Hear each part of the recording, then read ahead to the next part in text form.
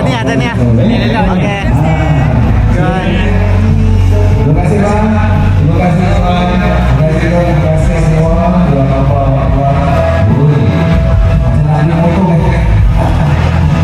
Ini saya kosong situ kan. Oke kan?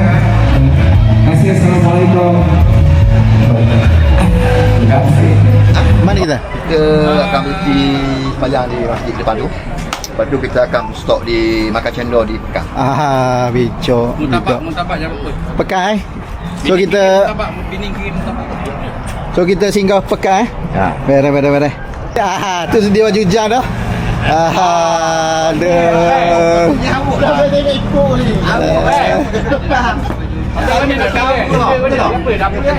Tu cuaca tu nampak macam gelap-gelap tapi masa mari tadi okey je.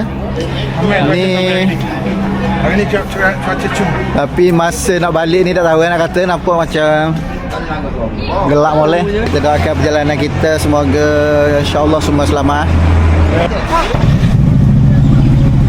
Okey kita nak gerak dah.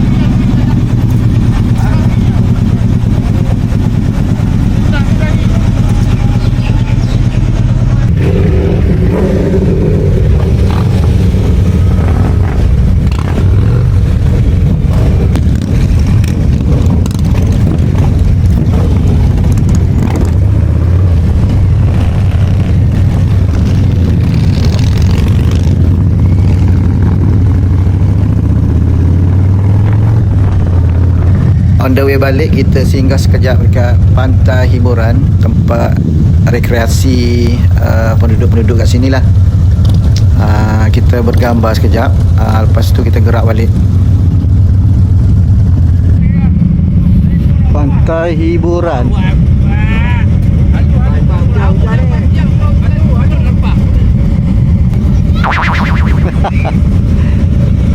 Pantai hiburan, berhibur jom, berhibur.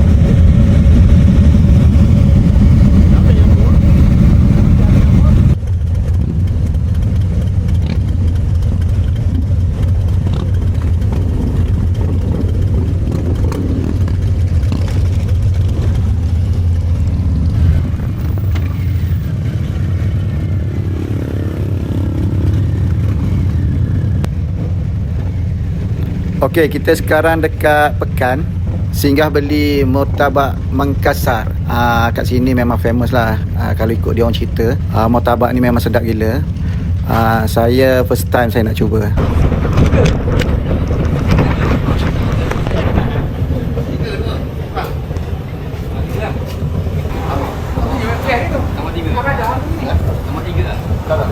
Jadi tiga. Bukan dua. Daripada Kemaman. Pergi saya pergi Kenduri tadi. Kahwin. Pergi kahwin. Mana? Rompin. Rompin. Kuala Rompin. Ni balik. Balik Kemaman lah. Tu ambil apa? Tak apa. Tolong bergetam. Okey, kita di Murtabak apa ni? Murtabak Makassar. Besar gitu. Mengaji makan dah biasa dah. Biasa dah, ni yang ke 100 kali. Jauh.